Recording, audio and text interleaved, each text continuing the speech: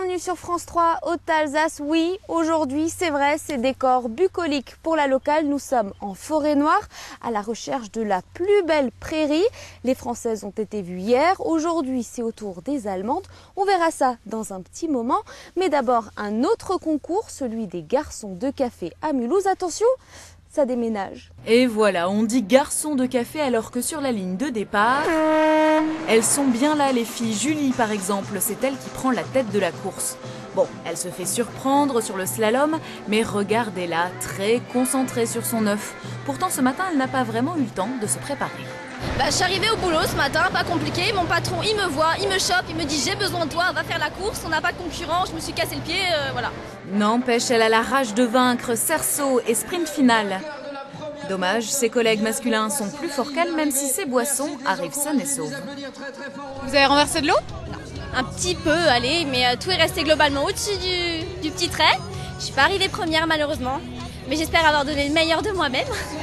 Moins vite, messieurs, rien ne sert de courir. Au final, c'est l'adresse qui compte, l'équilibre. L'objectif, c'est quand même d'arriver avec son plateau de verre à la main et les verres plutôt pleins, puisqu'il y a des pénalités qui sont appliquées en fin de course en fonction du taux de remplissage d'eau du verre. Et Amel en a profité, elle passe première sur sa course. Son concurrent mâle a été moins soigneux qu'elle. Je stressais quand j'ai vu 3 petits bonhommes derrière moi, je me suis dit oh yeah, ça va être difficile, mais ça va, ouais.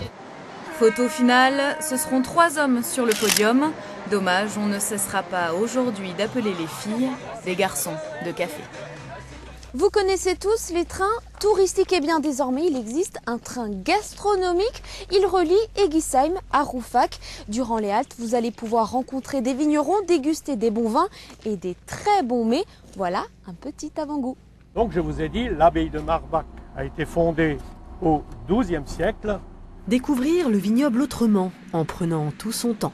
Premier test ce matin du petit train touristique d'Egisheim, hors de son village. 5h30 de balade, en plusieurs étapes, depuis le tout nouveau village préféré des Français jusqu'à Rouffach. Des endroits pittoresques et des touristes contents. Les collines vallonnées, toutes les vignes tout autour. Je ne m'attendais pas à ça. Bon, on savait qu'Egisheim c'était un très beau village, mais bon... les alentours, on n'imaginait pas vraiment que c'était comme ça, avec tous ces villages comme ça. Des villages viticoles, bien sûr. En développant l'œnotourisme, les élus du secteur comptent bien booster l'économie du territoire en été. Je crois que chacun y trouvera son compte, que ce soit les viticulteurs, les restaurateurs, les hôteliers, tous les hébergeurs, mais aussi et surtout le public, puisque c'est d'abord le public qui est visé. Il ne roule pas à l'allure du TGV, le train gourmand du vignoble, pour que les 5 sens soient en éveil, surtout le goût. Dégustation dans les vignes, offerte par les syndicats de viticulteurs, en attente d'un retour sur investissement. Si effectivement on arrive à livrer du vin et à faire boire du vin à des gens qui en plus l'apprécient, ce que nous espérons, pour nous c'est notre plus grande satisfaction de viticulteurs. Première balade officielle le 9 juillet, le train gourmand circulera les mardis et jeudis jusqu'à fin août. La plus belle prairie est-elle française ou allemande? Eh bien, c'est ce qu'essaye de déterminer un jury en ce moment même. Ils ont visité les prairies du parc naturel du Ballon des Vosges hier. Ils étaient aujourd'hui ici en forêt noire. Alors, réponse? Il y a des signes qui ne trompent pas. Donc là, du salsifis. Ah tiens, voilà de la silène enflée là. Une diversité de fleurs, la preuve que cette parcelle est particulièrement bien entretenue. On a une prairie avec une bonne diversité d'espèces. Il y a quand même des légumineuses et beaucoup d'espèces diverses. Une prairie à la biodiversité exemplaire, parole d'expert. On regarde les espèces qu'on trouve, leur abondance, et puis on élargit un peu notre regard aussi. On regarde autour de la parcelle, les forêts, l'environnement de la parcelle, l'ouverture dans le paysage. Voilà, donc une analyse d'une prairie, c'est regarder dans l'herbe, avoir les yeux dans l'herbe, mais aussi un peu les yeux dans le ciel ou dans le paysage. Le concours de la prairie la plus fleurie récompense les plus belles parcelles du parc naturel du Ballon des Vosges et depuis cette année, celle du parc de la Forêt Noire. Un concours franco-allemand histoire de partager les savoir-faire, car ici, il ne s'agit pas que d'esthétisme. La biodiversité rend aussi des services à l'élevage. Elle apporte un certain nombre de bienfaits pour la santé animale, pour la digestion de l'alimentation. La valeur alimentaire est souvent meilleure avec une prairie fleurie une prairie diversifiée qu'avec une prairie qu'on peut qualifier d'ordinaire. Les résultats seront connus en automne, mais entre nous, il paraît que les prairies alsaciennes seraient particulièrement bien placées. Vous ne savez pas quoi faire de vos adolescents? Eh bien, emmenez-les au nouveau bike park de Wittenheim. Sensation forte, garantie. Et hop, ça saute, ça ride, ça fait de belles figures. Au bike park de Wittenheim, le BMX est le roi de la piste. Et Xavier, du BMX Club de Cernay, est ravi d'en profiter. On va bien vite, on va haut, comme on peut faire des belles figures. Ce que tu peux pas faire dans ton club. Si aussi, mais les bosses, elles sont moins faites pour ça.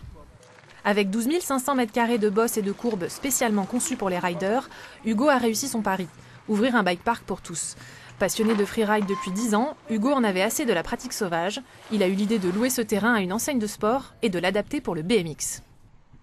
L'idée, c'était vraiment de proposer quelque chose d'encadré, de sécurisé, pour permettre aux jeunes, soit aux pratiquants expérimentés, de progresser dans la discipline, soit aux débutants de se mettre le pied à l'étrier. Vous avez la ligne verte la plus débutante, donc là ça passera mieux, et puis vous enchaînez sur les petites bosses qu'on a vues tout à l'heure. Ouais. Du débutant, mais aussi de la graine de champion. Antoine, 14 ans, pratique depuis 3 ans et s'entraîne déjà pour un championnat du monde.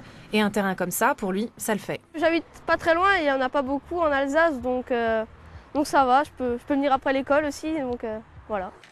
Et pour apprendre, pas besoin de débourser des milliers d'euros. Vous pouvez louer des BMX sur place.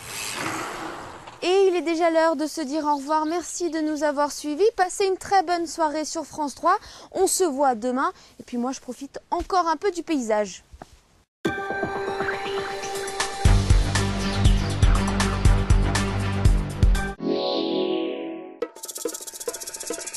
Pour tout savoir du temps, la météo sur France 3 avec le zoo d'Amnéville.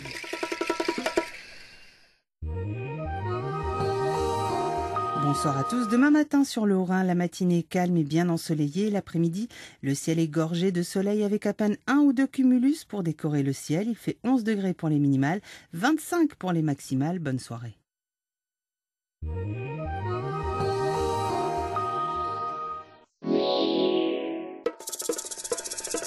C'était la météo sur France 3 avec le zoo d'Amnéville.